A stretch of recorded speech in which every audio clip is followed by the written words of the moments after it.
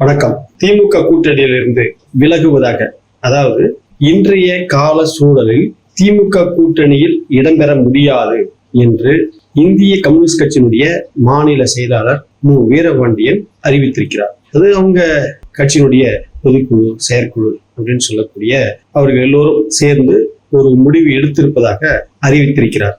நல்ல விஷயம்தான். நாம இப்ப இதை எப்படி பார்க்கணும் அப்படின்னு சொல்லி கேட்டா, திமுக தற்போது இருக்கக்கூடிய சூழ்நிலையில அது தனித்து தான் யார் என்பதை நிரூபிக்க வேண்டிய காலத்தின் கட்டாயத்தில் இருக்கிறார். தான் யார் என்பதை நிரூபித்தே ஆக வேண்டும். அதுவும் குறிப்பா இந்த உள்ளாட்சி தேர்தல்ல திமுகன்னா என்ன, அதனுடைய பலம் என்ன, அதனுடைய சக்தி என்ன அப்படின்றத இந்த உள்ளாட்சி தேர்தல்ல, வருகின்ற உள்ளாட்சி தேர்தல்ல அதை நிரூபிக்கணும்.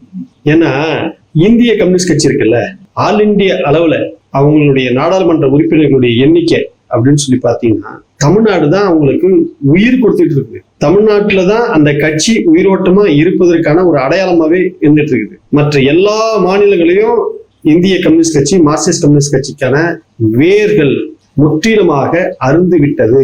சுத்தமா இல்லை. மேற்கு வங்கம், திரிபுரா, இங்கெல்லாம் சுத்தமா இல்லை. மேற்கு வங்கத்துல ஒரு 35 வருஷம் ஆட்சியில் இருந்த ஒரு கட்சி அந்த மக்களுக்கு அடிப்படை வசதிகளுக்கு கூட செய்து தர முடியாமல் அந்த கட்சி ஆட்சி செஞ்சது, மார்க்சிஸ்ட் கம்யூனிஸ்ட் கட்சி. அப்ப அது மிகப்பெரிய லீடர், ஜோதிபாசு போன்ற மிகப்பெரிய லீடர் அந்த மாநிலத்தில் ஆட்சியை செய்தார். ஆனா அங்க என்ன நிலைமை, அவர்கள் ஆட்சியில் அங்க என்ன பெரிய சாதனை, அங்க என்ன பெருசா சாதிச்சுட்டாங்க? ஏழை எளிய மக்களுக்கு மின்சாரத்தை கொண்டு போய் சேர்த்துட்டாங்களா? ஏழை எளிய மக்களுக்கு அந்த தேவைகளை, அடிப்படை தேவைகளை, உணவு, இருப்பிடம் போன்ற ஏதாவது அடிப்படை தேவைகளை அங்க பூர்த்தி பண்ணியிருக்காங்களா? கல்வியில் அந்த மாநிலம் முன்னேறி இருக்குதா? ஒண்ணுமே இல்லை. இதான் மார்க்சிஸ்ட் கம்யூனிஸ்ட் கட்சியினுடைய ஆட்சி செஞ்ச மாநிலத்தின் லட்சணம்.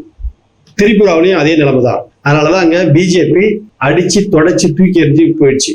கேரளாவில கொஞ்சம் உயிரோட்டமா இருக்கு. அது இதுக்கு பின்னாடிதான் தெரியும் இந்த கட்சியினுடைய நிலைமை என்ன அப்படின்னு சொல்லிட்டு.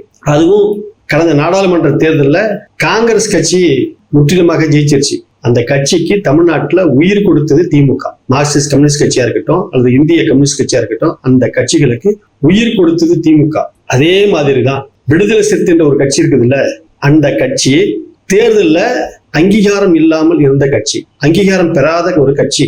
அந்த கட்சி இன்னைக்கு அங்கீகாரம் பெறக்கூடிய அளவிற்கு தன்னுடைய தகுதியை உயர்த்திருக்கிறது என்றால் அதற்கும் திமுக தான் காரணம். நீங்க இப்படி பாருங்களேன், பாட்டாளி மக்கள் கட்சி, அண்ணா திமுக, திமுக, அதுவும் குறிப்பா திமுகவோட கூட்டணியில் இருக்கும்போது அந்த கட்சி அங்கீகாரம் பெற்ற ஒரு கட்சியாக இருந்தது. எப்போது திமுக கூட்டணியில் அவர்கள் இடம்பெறாமல் விலக்கி வைக்கப்பட்டார்கள், என்ன காரணம் கேட்டா, திருமாவளவன் கோவிச்சுக் கொள்வார், திருமாவளவன் கோபித்துக் கொள்ளக் கூடாது அப்படின்றதுக்காக பாட்டாளி மக்கள் கட்சியை தூரமாக ஒதுக்கி வைத்தது திமுக. இன்னைக்கு பாட்டாளி மக்கள் கட்சியினுடைய நிலைமை என்னன்னா, ஒரு மாநில கட்சியாக அங்கீகாரம் பெற முடியாமல் அந்த கட்சி திக்கி திணறி தவிக்குது. கிட்டத்தட்ட கடந்த சட்டமன்ற தேர்தலில் 18 இடங்கள்ல போட்டியிட்ட அந்த கட்சி 4 இடங்கள் மட்டும்தான் வெற்றி பெற்றது. இப்படியே திமுக கூட்டணியில திமுகவை நம்பி வந்த அத்தனை கட்சிகளுக்கும் வாழ்க்கையை கொடுத்த கட்சி திமுக. இன்னைக்கு அந்த கட்சிய தூக்கி ஓரமாக சொல்லாத பேசாம வேற ஒரு கூட்டணிக்கு இடத்தை பிடிப்பதற்காக போட்டி போட்டுக் கொண்டு இடத்தை பிடித்துக் கொண்டிருக்கக்கூடிய அந்த கட்சிகள் இன்று திமுக கூட கூட்டணியில் இருக்க முடியாத சூழல் இருக்கிறது என்று கம்யூனிஸ்ட் கட்சி அறிவிக்கிறது. கம்யூனிஸ்ட் கட்சி எப்பவுமே அப்படிதான். ஏன்னா இந்தியா சுதந்திரம் அடையும் போது இந்தியாவில் நடந்த முதல் தேர்தலில் 1952 நடந்த அந்த தேர்தலில் காங்கிரஸ் ஆட்சியை பிடிக்கிறது. எதிர்கட்சி வரிசையில கம்யூனிஸ்ட் கட்சி இருக்கிறது. அவ்வளவு பெரிய கட்சி கம்யூனிஸ்ட் கட்சி. இன்னைக்கு இந்தியாவில எங்க இருக்கிறது என்றே தெரியாமல் இருக்கிறது அந்த கட்சி. அவர்கள் இன்னைக்கு திமுகவோடு இணங்கி கூட்டணியில இருக்க முடியாத சூழல் இருக்கிறது அப்படின்னு சொல்லிட்டு பட்டும் படாம மென்மையாக கையாளுகிறார் மு. வீரபாண்டியன். ரொம்ப மகிழ்ச்சி, நன்றி. அது கூடவே இன்னொன்னு நம்ம சொல்லிடணும், போகட்டும். நம்ம கிட்ட இருக்கக்கூடிய ஒரு சின்ன கேள்விதான், இப்ப புதிதாக நீங்க இடம்பெற்றுள்ள அந்த கூட்டணியில் அந்த கட்சி தன் ஆட்சிக்கு வந்த இந்த 1 மாத காலத்தில் அந்த கட்சியிடம் எதை பார்த்து, எந்த கொள்கையினுடைய அடிப்படையில, அல்லது ஏதாவது அவர்கள் ஆட்சிக்கு வந்த பின்பு அவர்கள் முன்னெடுத்த ஒரே ஒரு செயல், இந்த செயலை நாங்கள் பாராட்டிவிட்டு அந்த கட்சியோடு நாங்கள் ஐக்கியமாக போகிறோம், அந்த கட்சியோடு நாங்கள் கூட்டணி வைக்க போகிறோம் என்று சொல்லுங்க. இன்னைக்கு தாவேக ஆட்சிக்கு வந்த பின்பு தமிழ்நாடு முழுக்க சட்டம் ஒழுங்கு சந்தி சிரிக்குது, கேவலமா இருக்குது. திமுக ஆட்சியில் இருந்தப்ப எங்கேயாவது அங்க ஒண்ணு இங்க ஒண்ணு ஏதாவது ஒரு சம்பவம் நடந்தா அதற்கு இந்த குரல் கொடுத்து வந்த இந்த இடதுசாரிகள், திமுகன்னா உங்களுக்கு குரல் கொடுப்பீங்க, கண்டிப்பீங்க, கூட்டணியில இருந்துகிட்டே கண்டிப்பீங்க. ஏன்னா திமுக கொடுத்திருக்கக்கூடிய ஜனநாயக உரிமை உங்களுக்கு. இன்னைக்கு தாவேக்காவுல சட்டம் ஒழுங்கு சந்தி சிரிக்கிறத இன்னைக்கு கொடுங்க, குரல் கொடுங்க, பேசுங்க. சரி, மின்வெட்டு பிரச்சனை இன்னும் எத்தனை நாளைக்கு திமுக தான் காரணம், திமுக தான் காரணம்னு சொல்லிக்கிட்டே இருக்க போறாரு விஜய். தாவேக்காரங்க இன்னும் எத்தனை நாளைக்கு இதே சொல்லிட்டு இருப்பீங்க? ஒரு கோடை காலம் வருதுன்னு கேட்டா அந்த கோடை காலத்துல அதற்கு ஏற்றார் போல் மின்சாரத்தை பர்ச்சேஸ் பண்ணி வாங்கி அதை முறையாக விநியோகம் பண்ணுவதற்கான முயற்சிகளை எடுக்கணும். நீங்க வந்தீங்க, போன டெண்டர் விட்டது தப்பு அப்படின்னு பெரிய குற்றங்கள் சொல்றீங்க. இந்த டெண்டர் விட்டது தப்பு, அதுல ஏதாவது ஊழல் நடந்திருக்குது, குற்றச்சாட்டு நடந்திருக்குது அப்படின்னு சொல்லி கேட்டா யாரை வேண்டுமானாலும் எடுத்து சிறையில போடுங்க, வழக்கு பதிவு பண்ணுங்க, அதுல யாருக்கும் மாற்றுக்கிறது கிடையாது. அப்ப அதை ரத்து பண்ணிட்டா புது டெண்டர் விட்டு புதுசா நீங்க பர்ச்சேஸ் பண்ணுமா இல்லையா, கொள்முதல் பண்ணுமா இல்லையா? அப்படி பண்ணாதானே நீங்க மக்களுக்கு முறையா மின்சாரத்தை கொடுக்க முடியும். அப்ப பழசையும் ரத்து பண்ணுவீங்க, புதியதாகவும் நீங்க மின்சாரத்தை பர்ச்சேஸ் பண்ண மாட்டீங்க. வெயில் காலம், ஒரு ஏசி போட்டிருந்த வீட்டுல இன்னைக்கு அடுத்த ரூம்லயும் பக்கத்து ரூம்லயும் இன்னைக்கு ஏசி போட்டு வாழக்கூடிய வசதி வாய்ப்புகள் இன்னைக்கு தமிழர்கள்கிட்ட வந்துருச்சு.